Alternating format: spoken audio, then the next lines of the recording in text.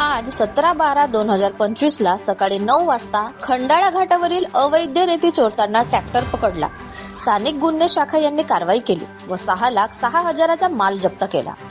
सविस्तर वृत्त असे की खंडाळा या ठिकाणी एक रेती घाट आहे.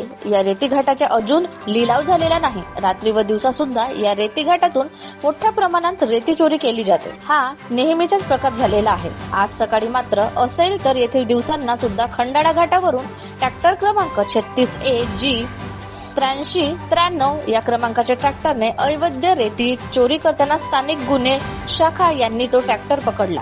ट्रॅक्टर मालक दीपक गुलाब मौजे खंडाळा यांच्यावर अपराध क्रमांक 695 कलम 303-249 BNS या कलमाखाली मालसहित ट्रॅक्टर जप्त केला. स्थानिक गुन्हे शाखेचे पोलीस हवालदार संदीप भांडारकर व टीम यांनी ही कारवाई केली. बाकी तपास पोलीस स्टेशन साकोली करत